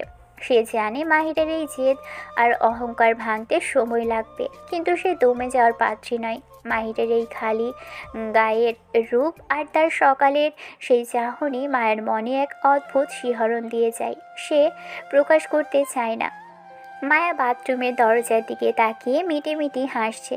মাহির ভেতরে ঢুকে রাগে গজগজ করছে, আর মায়া বাহিরে থেকে ওকে রাগানোর পরিকল্পনা করছে। মাহির গোসল শেষ করে যখন বের হয়ে আসে তখন মায়া ড্রেসিং টেবিলের সামনে দাঁড়িয়ে বেশ আয়েশ করে চুল আঁচড়াচ্ছে। কি ব্যাপার মাহি সাহেব, গোসল করে কি মাথাটা একটু ঠান্ডা হলো নাকি? নাকি এখনও রেগে টকবক করছে, ফুটছে? আপনার ঘুমানোর ভাব থেকে তো মনে হচ্ছে আপনি ঠিকঠাক ঘুমান না। আপনি আমার দিকে নজর দেওয়া বন্ধ করবেন মায়া আহমেদ। আপনি আপনার সীমার মধ্যে থাকুন। আমি কি করি না করি তাতে আপনার মাথা কামানোর কোনো প্রয়োজন নেই। নজর না দিয়ে উপায় আছে? আপনি যেভাবে খালি গায়ে ঘুরছেন তাতে যে কেউ আপনার প্রেমে পড়ে যাবে। তবে আমার পছন্দ একটু আলাদা। আমি অসভ্য আর বেওয়ারা ছেলে একদম পছন্দ করি না। আপনি যদি একটু ভদ্র হতেন তবে ভেবে দেখতাম। আপনাকে ভাবতে কে বলেছে? আপনি কি মনে করেন আমি আপনার ভাবনার বা পছন্দের তোয়াক্কা করি? আপনি নিজেকে খুব বেশি সুন্দরী ভাবা বন্ধ করুন। সুন্দরী আমি সেটা তো আপনি সকালেই প্রমাণ করে দিয়েছেন, যেখানে আমার গালটা ধরার জন্য হাত বাড়িয়েছেন। ওহ, আমি তো ভাবতেই পারছি না মাহির চৌধুরী কি তবে মায়ের প্রেমে হাবুডুবু খাচ্ছে? একদম ফালতু কথা বলবেন না। আমি মোটেও আপনার প্রেমে পড়িনি। আমি শুধু দেখছিলাম আপনার না কিছু না। আমি আসলে নিজের লুঙ্গি চেক করতে করতে ভুলে ওই দিকে গিয়েছিলাম। ও আচ্ছা, লুঙ্গি চুপ করছিলেন বুঝি? তা লুঙ্গি তো আমি আপনাকে পরিয়েছি, ভালো মতোই পরিয়েছি। আপনি তো তখন বেঘরে ঘুমাচ্ছিলেন। আপনি তো দেখি বেশ সুন্দর করে লুঙ্গি সামলাতে পারেন। জানতাম না মাহির চৌধুরী লুঙ্গিতে এত মানায়। মাহির রাগে ফেটে পড়ে। সে ড্রেসিং টেবিল থেকে একটা পারফিউমের বোতল দিয়ে জোরে বিছানায় ছুঁড়ে মারে। মায়া মোটেও ভয় পায় না, বরং সে খিলখিল করে হেসে ওঠে। মাহির যত রাগছে, মায়া তত মজা নিচ্ছে। আমি এই বাড়িতে এক মুহূর্ত থাকবো না। আপনার মতো একটা ঝগড়াটে আর বাচাল মেয়ের সাথে একসাথে নিচে থাকা অসম্ভব। আপনি আমাকে পাগল করে দেবেন। পাগল তো আপনি আগে থেকেই মাহির সাহেব। আপনি তো কেবল আপনার পাগলামিটার সবার সামনে আনছি। আপনি কোথায় যাচ্ছেন? নাস্তা না করে বের হবেন না কিন্তু। আম্মু নাস্তা তৈরি করে অপেক্ষা করছে। মাহির কোনো কথা না শুনে গটগট করে রুম থেকে বেরিয়ে যায়। তার মা রুমানা বেগম ড্রয়িং রুম থেকে ওকে ডাকলেও সে কোনো উত্তর দেয় না। মাহির রাগে ফুঁসতে ফুঁসতে বাড়ি থেকে বের হয়ে বন্ধুদের আড্ডায় চলে যায়। বন্ধুদের সাথে বসে সে একের পর এক সিগারেট টানে আর মায়ের উপর বিরক্ত প্রকাশ করে। মায়া ওর মায়ের ফোন দিয়ে কল করে মাহিরকে। ফোনটা হাতে থাকাতে আর মায়ের নাম্বার দেখে জলদি রিসিভ করে মাহির। হ্যাঁ আম্মু। আমি মায়া। না খেয়ে গেছো কেন? বাড়ি আসবা কখন? ও আপনি? আমার ইচ্ছা করেছে তাই। ফিরবো কখন জানি না। ফোন রাখুন, বাই। এই শুনুন, আসার সময় আমার জন্য বিরাট বড় বক্সে ভ্যানিলা আইসক্রিম, চিপস আর ফুচকা আনবেন। আর শুনেন, আমি কিন্তু না খেয়ে আছি। বাইরে থেকে কিছু খাবার না, বাসায় আসলে একসাথে খাবো। মাহির আর কিছু বলে না, ফোনটা কেটে দেয়। তারপর মায়া রুমানা বেগমের কাছে গিয়ে বসে আর ওনার সাথে গল্প করতে থাকে। গল্পের ছলে মায়া জানতে চায় মাহিরের এমন বখাটে হওয়ার আসল কারণ কি। রুমানা বেগম দীর্ঘশ্বাস ফেলে প্রিয়ার কথা মায়াকে সব খুলে বলে। মায়া জানতে পারে প্রিয়া নামের একটা মেয়েকে মাহির নিজের থেকেও বেশি ভালোবাসত, কিন্তু সেই মেয়েটি মাহিরকে ধোঁকা দিয়ে চলে গেছে। রুমানা বেগম মাহিরের ছোটবেলার একটা ডায়েরি মায়ের হাতে দিল, যা মাহির এখন আর স্পর্শ করে না। মায়ের ডায়েরিটা নিয়ে রুমে আসে আর প্রায় 2 ঘন্টা ধরে খুঁটিয়ে খুঁটিয়ে সব পড়ে। সেখানে প্রিয়া আর মাহিরের অজস্র স্মৃতির কথা লেখা আছে। প্রিয়া মাহিরকে কিভাবে ডাকতো, কী কী খেতে পছন্দ করতো, সবটাই মায়া এখন ভাবতে থাকে। দুপুর গড়িয়ে বিকেল হয়। মাহির তখনও বন্ধুদের সাথে আড্ডা দিচ্ছে। মায়ের নিচে গিয়ে রুমানা বেগমের ফোনটা আবারও চেয়ে নেয়। সে মাহিরকে ফোন করতে শুরু করে। মাহির প্রথমে রিসিভ করে না, কিন্তু লাগাতার কল আসাতে সে বিরক্ত হয়ে ফোন রিসিভ করে। সে ভাবে এবার হয়তো তার মা ফোন করেছে। হ্যালো আম্মু, কেন বারবার ফোন করছো? আমি এখন ফিরবো না, তোমরা খেয়ে নাও। আমি আম্মু নই মাহির সাহেব, আমি আপনার মায়া। তা কখন আসছেন আপনি? বাড়ি কি ভুলে গেছেন নাকি? বইয়ের কথা কি মনে পড়ে না? আপনি ফোন করেছেন কেন আবার? আপনাকে বলেছি না আমি যখন ইচ্ছে আসবো। আপনার কি তাতে? আপনি ঘুমান কে, আমাকে বিরক্ত করবেন না। আপনার কি মনে হয় আমি আপনাকে ছাড়া ঘুমাতে পারবো? আসার সময় কিন্তু আমার জন্য আইসক্রিম, চিপস আর ফুচকা আনতে ভুলবেন না। না খেয়ে থাকতে থাকতে আমার পেট শুকিয়ে গেছে। কোনো কাজ হবে না, শুধু শুধু বাইরে থাকেন কেন? ক্ষুধা লাগে না নাকি? আমি আপনার জন্য অপেক্ষা করছি, কিন্তু খবরদার বাইরে কিছু খেলে কিন্তু ভালো হবে না। মায়া আর কোনো কথা না শুনে খট করে ফোনটা কেটে দেয়। মাহির ফোনের দিকে তাকিয়ে হাঁ হয়ে থাকে। এই মেয়েকে কোন পর্যায়ের পাগল সে ভেবে পায় না। সে বন্ধুদের সাথে আড্ডা দিলেও মায়ের না খেয়ে থাকার কথাটা তার মাথায় ঘুরতে থাকে। মাহির আরও 2 ঘন্টা আড্ডা দেয়, কিন্তু তার মন টেকে না। রাত 9টা বাজে। মায়া আবারও রুমানা বেগমের ফোন থেকে মাহিরকে কল করে। মাহির এবার ফোন রিসিভ করতেই মায়া নিজের গলার স্বর বদলে ফেলে। সে প্রিয়ার মতো করে এক অদ্ভুত ঢং করে কথা বলা শুরু করে। এই মাহির, মিস্টার বর, কখন আসবা গো? তোমাকে দেখতে বড্ড ইচ্ছে করছে আমার, অনেক দেরি হয়ে যাচ্ছে তো। কথাটা শোনা মাত্রই মাহির বর্ষা থেকে উঠে দাঁড়ায়। তার বুকটা ধক করে ওঠে আর মাথাটা চিনচিন করতে থাকে। মাহিরের হাত পা কাঁপতে শুরু করে। প্রিয়া ঠিক এভাবেই মাহিরকে মিস্টার বর বলে ডাকতো। ওর বাড়ির সামনে এভাবে বলে ডাকতো। মাহির যেত সেখানে। মায়ের কণ্ঠস্বর আর ডাকা ধরন হুবহু প্রিয়ার মতো লাগছে মাহিরের কাছে। হ্যালো হ্যালো মাহির, শুনতে পাচ্ছ? চুপ করে আছো কেন গো? শীঘ্রই চলে আসো, কিন্তু তোমার জন্য আমি খাবার সাজিয়ে বসে আছি। মাহির কোনো কথা বলতে পারছে না। তার গলা শুকিয়ে কাঠ হয়ে গেছে। প্রিয়ার সেই স্মৃতিগুলো তার চোখের সামনে ভেসে ওঠে। মাহির ফোনের ওপারে মায়ের হাসির শব্দ শুনতে পাই। মায়া বুঝতে পেরেছে মাহিরের কি অবস্থা হচ্ছে, কারণ সে ডায়েরি পড়ে সব জেনে বুঝেই এই কাজটা করেছে। মাহির ফোনটা কেটে দেয়, আর তার মাঝেও চুপটি করে বসে রইল সে। মাহি সারাদিন বাইরে থাকে, আজ তার মন মেজাজ একদমই ভালো নেই। মায়ের সেই মিস্টার বর ডাকটা এখনও তার খারাপ মাথার ভিতর হাতুড়ির মতো পিটছে। সে বাইক নিয়ে টোটো করে সব জায়গা ঘুরে বেড়ায়, কিন্তু কোথাও শান্তি পায় না। রাতের দিকে মাহির বাড়ির দিকে রওনা দেয়, বাইক চালাতে থাকে। বেশ কিছু দূর আসার পর ঠিক তখনই মাহিরের বাইকটা থেমে যায়। মাহির বারবার স্টার্ট দেওয়ার চেষ্টা করে, কিন্তু বাইকটা একদম স্টার্ট নেয় না। রাস্তার পাশে দাঁড়িয়ে মাহির খুব বিরক্ত বোধ করে। চারপাশের ট্রাফিক আর হর্ন তার মেজাজ আরও বিগড়ে দেয়। থোর ছাই, এখন আবার এটার কি হলো? এই এক আপদ আমার সাথেই হতে হয় সব সময়, ভাগ্যটাই খারাপ। মাহির রাগে বাইকের চাকায় জোরে এক লাথি মারে। সে আশেপাশে তাকিয়ে দেখে জায়গাটা বেশ লোকে পূর্ণ, কারণ রাস্তার এক পাশে একটা আইসক্রিমের গাড়ি দাঁড়িয়ে আছে, আর তার একটু দূরে একটা ফুচকার দোকান, সাথে চিপসের প্যাকেটও আছে। মাহিরের হঠাৎ মনে পড়ে যায় দুপুরের ফোনে মায়ের সেই আবদার আর বায়নার কথা। মায়া বলেছিল আইসক্রিম, চিপস আর ফুচকা নিয়ে যেতে। মাহির প্রথমে ভাবছে সে কিছুই নিয়ে যাবে না, বা সে কেন মায়ের কথা শুনে এসব নেবে। কিন্তু কি মনে করে সে আইসক্রিমের গাড়ির দিকে এগিয়ে যায়। তার মাথায় কাজ করছে যে মায়া না খেয়ে আছে। এই যে মামা, সবচেয়ে বড় যে বক্সটা আছে ওই ভ্যানিলা আইসক্রিমটা দিন তো, একদম ঠান্ডাটা দেবেন যেন গলে না যায়। আইসক্রিম নেওয়া শেষ করে মাহির ফুচকার দোকানের সামনে গিয়ে দাঁড়ালো। সে 2 প্লেট ফুচকা আর 5টা লেস চিপস প্যাক করিয়ে নিল। বাইকটা এক পরিচিত গ্যারেজে রাখার ব্যবস্থা করে সে রিক্সা ডেকে উঠে পড়ে। রিক্সাটা যখন বাড়ির দিকে যাচ্ছে, মাহির তখন আকাশের দিকে তাকিয়ে ভাবছে সে আসলে কেন এসব কিনছে। মায়ের উপর তার প্রচণ্ড রাগ থাকার কথা, কিন্তু অবচেতন মনে মায়ের জন্য এক অদ্ভুত টান সে অনুভব করে। মায়ের কণ্ঠে সে মায়া ভরা ডাক তাকে বারবার বিচলিত করে তুলছে। ওদিকে বাড়ির ভিতর মায়া নিজেকে এক অন্য রূপে সাজিয়ে তুলেছে। মাহিরের ডায়েরি পড়ে সে জেনেছে বেগুনের রং প্রিয়ার খুব প্রিয় ছিল। প্রিয়া যেভাবে হালকা কাজল আর গাঢ় বেগুনের রঙের শাড়ি পরে চুলগুলো ছেড়ে দিয়ে রাখত, মায়াও ঠিক সেভাবেই সেজেছে। কপালে একটা ছোট্ট কালো টিপ পরে সে আয়নার সামনে দাঁড়িয়ে নিজেকে দেখে। মাহিরের পছন্দের প্রিয়াকে সে আজ নিজের মধ্যে ফুটিয়ে তুলেছে, যাতে মাহিরকে ওই অতীত থেকে বের করে আনা যায়।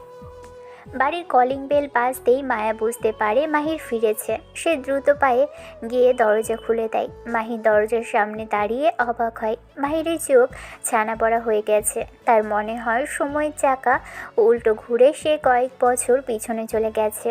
তার সামনে ঠিক প্রিয়ার মতোই একজন দাঁড়িয়ে আছে।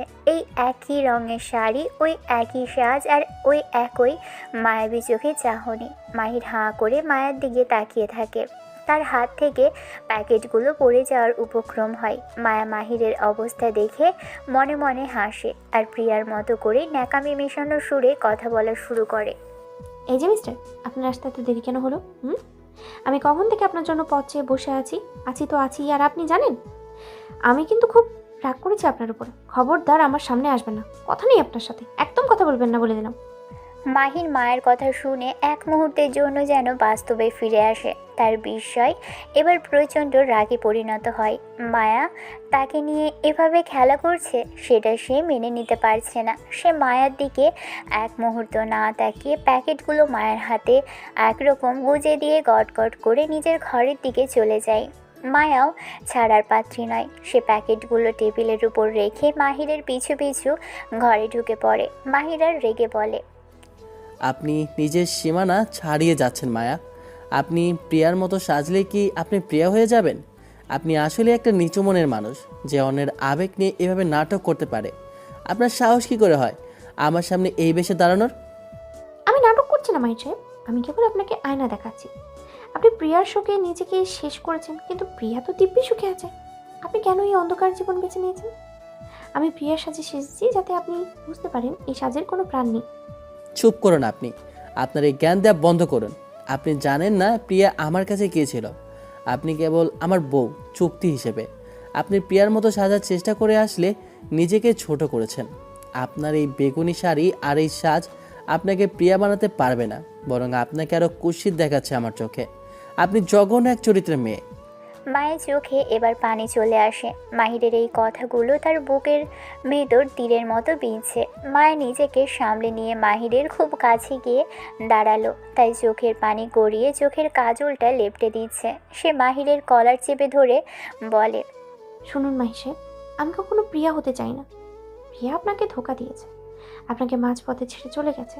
আমি কেন ওইরকম একজন বিশ্বাসঘাতক হতে চাইব? আমি কেবল এটা বোঝাতে চাইছিলাম যে মানুষ কখনো একজনের জন্য থেমে থাকে না। কেউ যদি আপনাকে চিট করে, তবে আপনাকে দেখিয়ে দিতে হবে যে আপনিও তাকে ছাড়া অনেক ভালো থাকতে পারেন। আপনি নেশা করে আর নিজেকে শেষ করে কোনো লাভ আছে? লাভ করেছেন? প্রিয়া কি আপনার এই অবস্থা থেকে ফিরে আসবে? কোনোদিনই না। আমি চেয়েছি আপনি যেন বর্তমানে ভালোবাসতে শেখেন। আমাকে ঘৃণা করুন, তাতে আমার দুঃখ নেই, কিন্তু নিজের জীবনটা এভাবে নষ্ট করবেন না। আমি আপনার স্ত্রী হিসেবে বলছি, আপনার এই জীবনটা কেবল আপনার নয়, এটা আপনার মা বাবারও।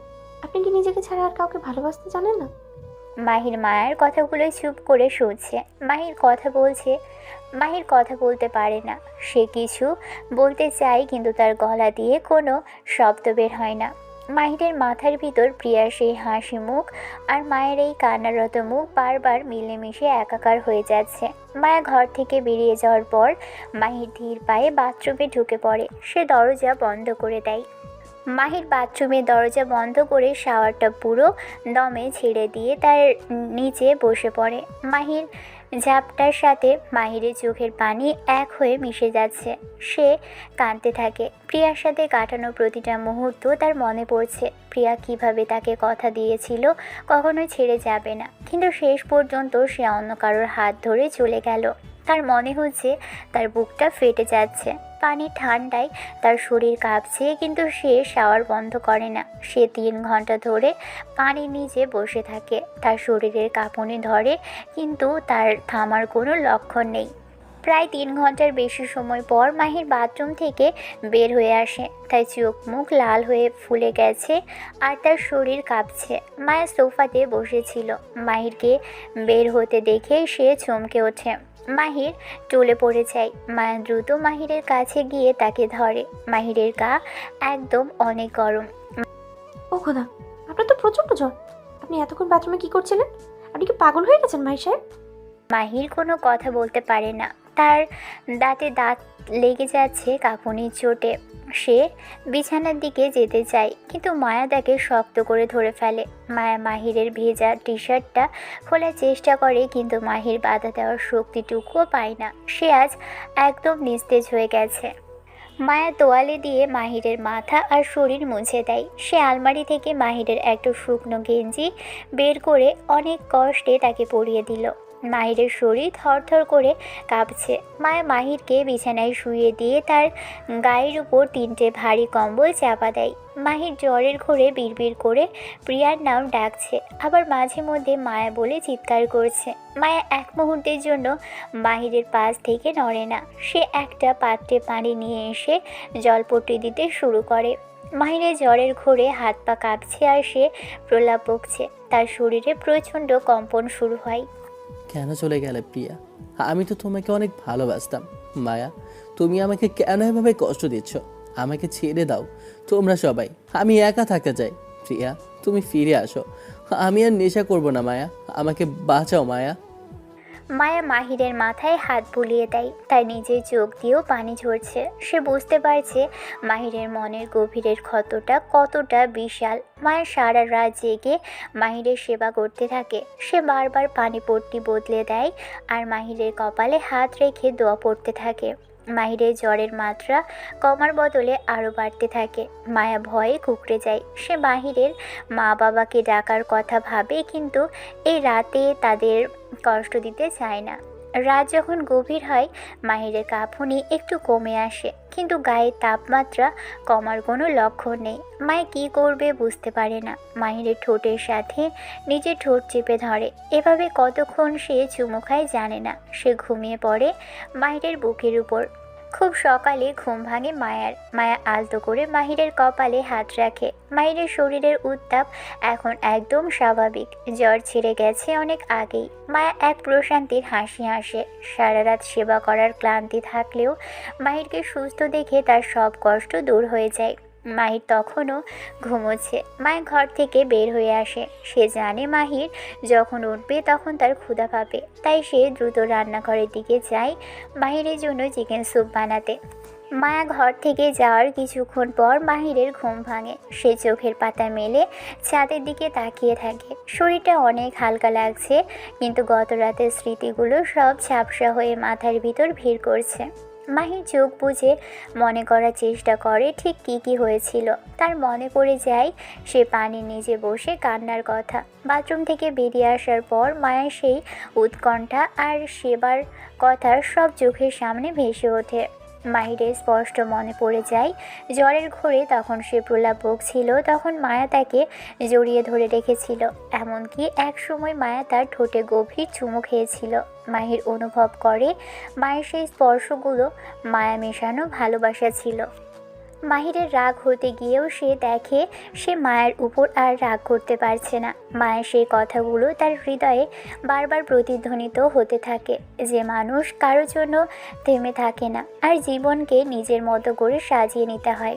মাহির বুঝতে পারে প্রিয়াকে মনে রেখে নিজের জীবন নষ্ট করার কোনো মানেই নেই। সে যখন এসব ভাবছে ঠিক তখনই মায়ের গরম স্যুপের বাটি হাতে নিয়ে রুমে ঢোকে। ও, আপনি জেগে আছেন?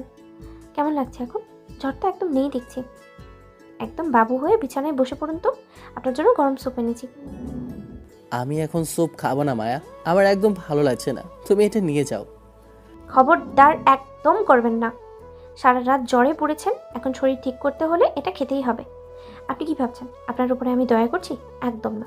আপনি সুস্থ না হলে আমি কার সাথে ঝগড়া করবো বলুন তো? এবার মুখ খুলুন বলছি। মায়া চামচ ভরে স্যুপ মাহিরের মুখের সামনে ধরে। মাহির কিছুক্ষণ মায়ের চোখের দিকে তাকিয়ে থাকে। মায়ের চোখে এক অদ্ভুত কর্তৃত্ব আর ভালোবাসা দেখতে পাই। মাহির কোনো কথা না বলে ভালো ছেলের মতো মায়ের হাতে স্যুপ খেতে থাকে। মায়া মুখে হাসি নিয়ে মাহিরকে খাওয়াতে থাকে। খাওয়া শেষ হলে মায়ের ড্রেসিং টেবিল থেকে মেডিসিন নিয়ে আসে। এই নিন, এই বড়িটা খেয়ে নিন। এখন একদম বাইরে যাওয়ার কথা চিন্তাও করবেন না। আজ সারাদিন আপনি এই ঘরেই বন্দি। আমি আপনার জন্য দুপুরে একদম ঝরঝরে গরম খিচুড়ি আর ডিম ভাজি করব। অসুস্থ মানুষের জন্য সেটা সেরা খাবার। আজ বাইরে যাওয়া খুব জরুরি ছিল মায়া, বন্ধুর সাথে দেখা করার কথা। বন্ধুদের সাথে পরে দেখা হবে, আগে শরীর সামলান।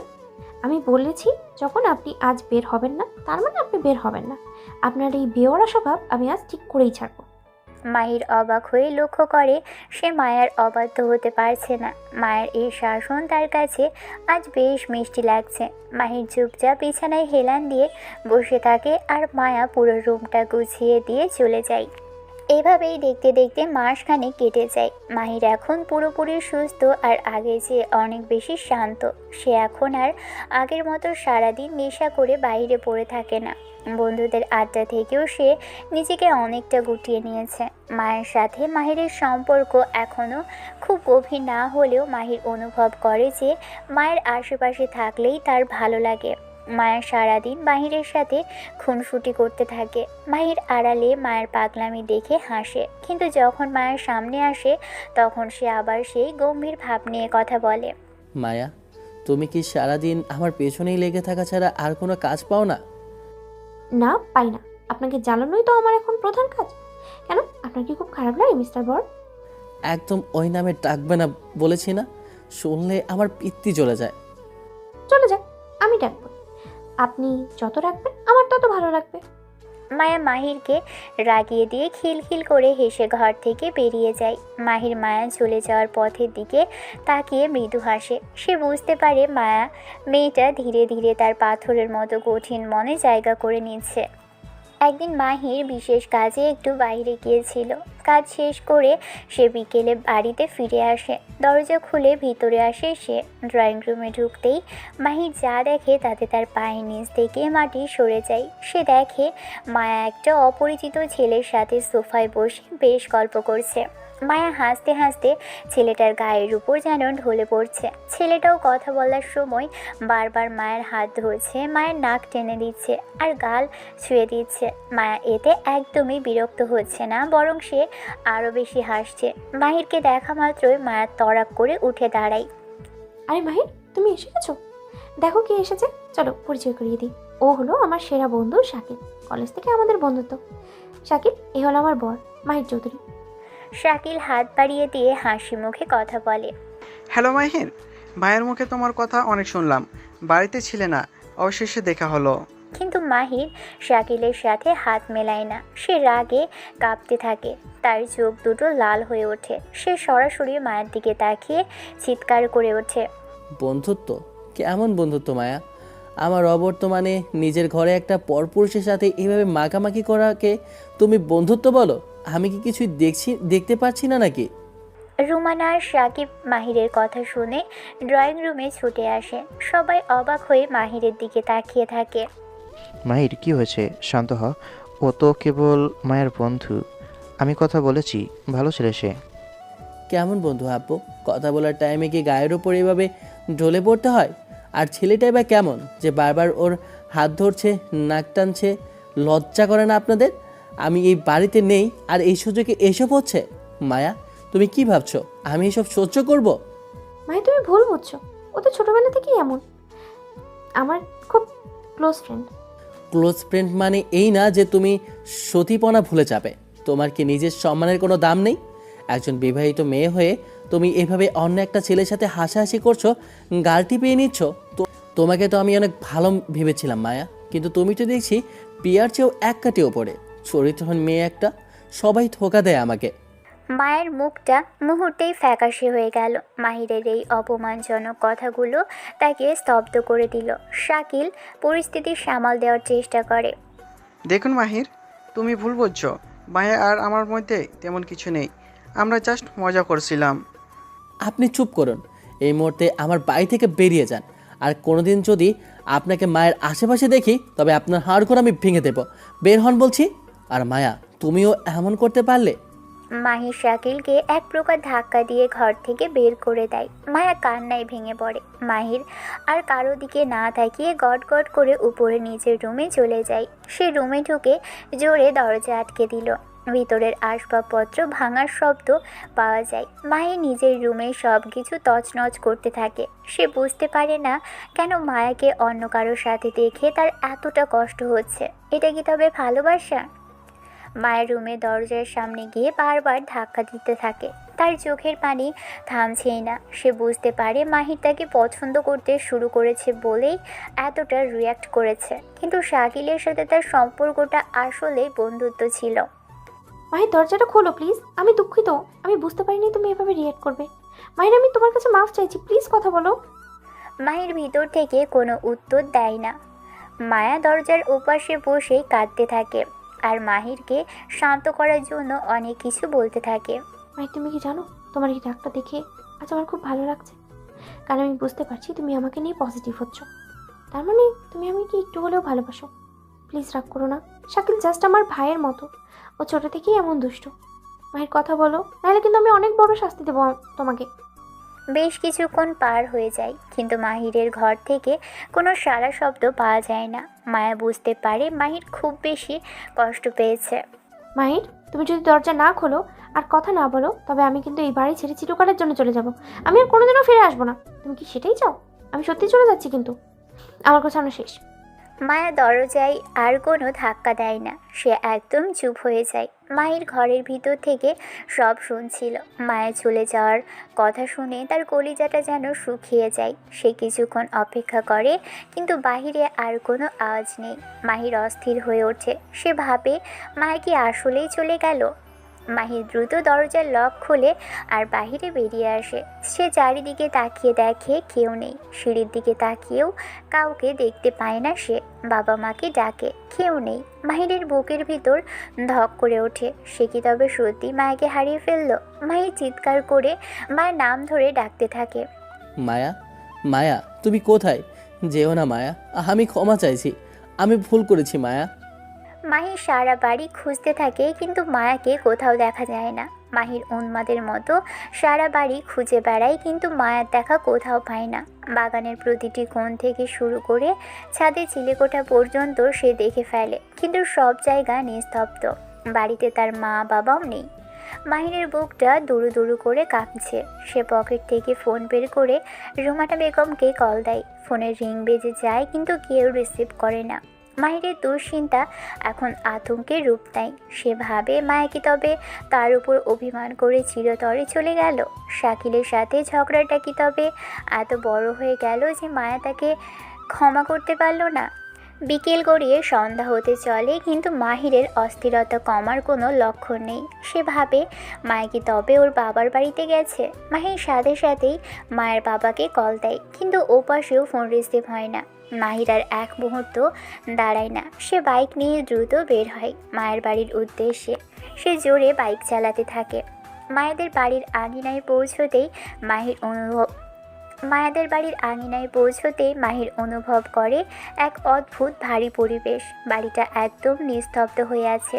মানুষ থাকলেও তেমন কোনো কথা বলছে না, কেবল একে অপরের দিকে করুণ দৃষ্টিতে তাকাচ্ছে। মাহিরের মনে এক অজানা আশঙ্কা দানা বাঁধে। ভিতরে ঢুকতেই সে দেখে মায়া এক কোণে বসে ফুপিয়ে কাঁদছে। মাহিরকে দেখা মাত্রই মায়া পাগলের মতো ছুটে এসে মাহিরকে জড়িয়ে ধরে। মায়ের এই আকস্মিক আলিঙ্গনে মাহির স্তব্ধ হয়ে যায়। মায়া মাহিরের বুকে মুখ গুজে কেঁদে ওঠে। মাহিরও নিজের সব রাগ আর অভিমান ভুলে মায়াকে দুহাত দিয়ে শক্ত করে জড়িয়ে ধরে।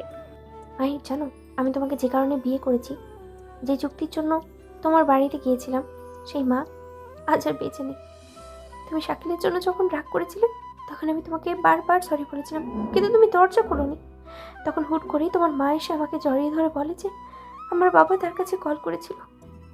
আমার মা আর বেঁচে নেই মাহির। তাই আমরা সবাই তড়িঘড়ি করে এখানে চলে আসি। তোমাকে বলার মতো অবস্থা তখন আমার ছিল না। মায়া, আমি বুঝতে পারিনি, আমি অনেক বড় ভুল করে ফেলেছি, আমাকে মাফ করে দাও। জানো মাহির, মায়ের চিকিৎসা তো তুমি ঠিকই করিয়েছিলে। সেটা হাসপাতাল, সেটা ডক্টর, সব কিছুর ব্যবস্থা করেছিলে, কিন্তু মা আর বাঁচল না। ডক্টর আজ বললো মায়ের আসলে ক্যান্সার হয়েছিল কিডনি ড্যামেজের কারণে। ডক্টর বললো যদি আরও 2 বছর আগে এনার অপারেশন করা হতো, তবে হয়তো আজ মা ঠিক থাকতো। তুমি আসলে কীভাবে যখন তখন আমার জীবনে এখন না এসে কেন আরও 2 বছর আগে আসলে না মাহির? 2 বছর আগে আমাদের এই চুক্তিটা হলে আজ হয়তো আমার মা বেঁচে থাকতো। আমার মা আমাকে এভাবে ছেড়ে যেত না। মায়ের কান্নায় মাহিরের বুকটা ফেটে যাচ্ছে। মায়া মাহিরের কলার শক্ত করে ধরে যন্ত্রণায় কাতরাতে থাকে। তাই চোখের পানিতে মাহিরের পাঞ্জাবি ভিজে একাকার হয়ে যায়। আজ সবাই আমাকে ছেড়ে যাচ্ছে মাহির। তোমার তো আমার সাথে করা সেই চুক্তিও আজ শেষ হয়ে গেল।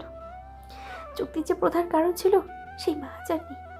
এবার তো তুমি আমাকে ছেড়ে দিবে, তাই না মাহির? আমাদের মাঝে তো আর কোনো লেনদেন নেই। তুমি তো কেবল প্রতিশোধ নেওয়ার জন্যই আমাকে বিয়ে করেছিলে। এবার আমাকে মুক্তি দাও মাহির, আমি আর নিতে পারছি না। মাহির নিজেকে আর সামলাতে পারে না। তার 2 চোখ বেয়ে পানি গড়িয়ে পড়ে। সে মায়াকে আলতো করে সরিয়ে নিয়ে মায়ের 2 গালে হাত রাখে। মায়ের চোখ দুটো ফুলে লাল হয়ে আছে। মাহির মায়াকে টেনে বাড়ির এক নির্জন কোণে নিয়ে আসে, যেখানে কেউ নেই। সে মায়াকে আবারও নিজের বুকের মধ্যে টেনে নেয়। মায়া, তুমি পাগলের মতো কী সব বলছো? আমি তোমাকে ভালোবাসলে কি তবে চুক্তির দরকার হয়? শোনো মায়া, আমি তোমাকে ভালোবাসি। আমি সত্যি সত্যিই তোমাকে অনেক ভালোবাসি। তোমার এই সারাদিনের শাসন, তোমার এই অদ্ভুত কেয়ার, তোমার অভিমান আর এই মিষ্টি খুনসুটি সব মিশিয়ে তোমার প্রতি আমার এক গভীর টান তৈরি হয়েছে, যা আমি নিজেও জানতাম না। প্রিয়া আমাকে ছেড়ে চলে গিয়েছে। সে আসলে অনেক ভালো করেছে মায়া। সে না গেলে হয়তো আমি কোনোদিন তোমার মতো এক মায়াবী মেয়েকে আমার জীবনে পেতাম না। আমি তো জানি না তোমাকে আসলে কতটা ভালোবাসা দিতে পারবো। হয়তো তোমার মা বাবার মতো অসীম ভালোবাসা আমার নেই, তবে মায়া, আমি কথা দিচ্ছি আমি তোমাকে আমার মতো করে অনেক অনেক বেশি ভালোবাসবো, যা তুমি কল্পনাও করতে পারবে না। মায়ের চোখের পানি মুছে অবাক হয়ে মাহিরের দিকে তাকাই। মাহিরের চোখে আজ কোনো ছলনা নেই, আছে একরাশ সততা। মায়া, তোমার এই আগের চুক্তি শেষ হয়ে গেছে, তাতে আমার কোনো দুঃখ নেই। আমি আজ তোমার সাথে এক নতুন চুক্তি করতে চাই।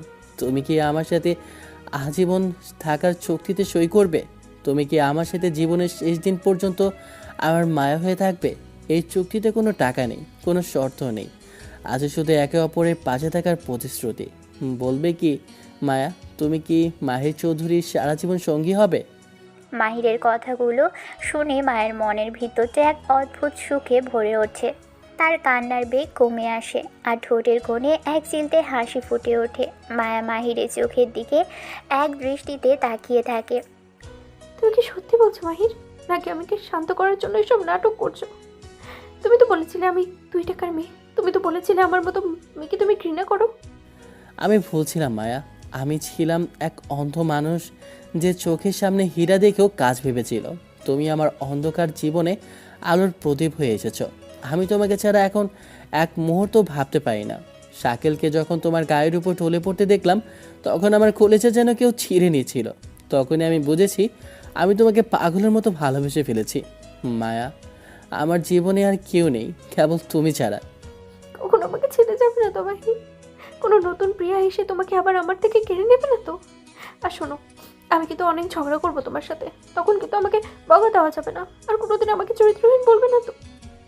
কান ধরে বলছি, আর কোনোদিন এমন ভুল হবে না।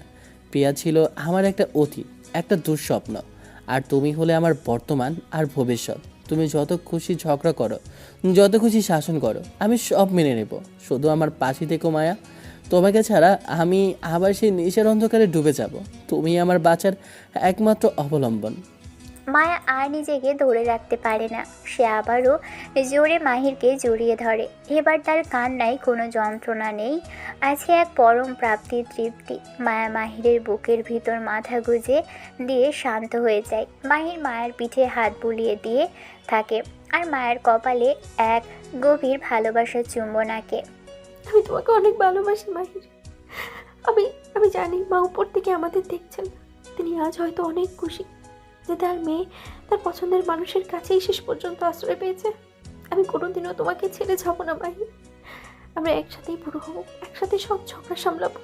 আমরা এক নতুন পৃথিবী করব মায়া, সেখানে শুধু তুমি আর আমি থাকবো। আমাদের এই নতুন চুক্তিতে কেবল ভালোবাসা থাকবে, আর থাকবে এক সুন্দর ভবিষ্যতের স্বপ্ন। তুমি আমার মায়া হয়ে আমার হৃদয়ে চিরকাল অমর হয়ে থেকো। মায়া মাহিরের বুকে মাথা রেখে চুপচাপ দাঁড়িয়ে থাকে। সন্ধ্যার শীতল হাওয়া তাদের ছুঁয়ে যায়। মাহির মায়া চুলে বিলি কেটে দেয় আর তাকে সান্ত্বনা দিতে থাকে। দুজনের হৃদস্পন্দন আজ এক সুরে বাজছে।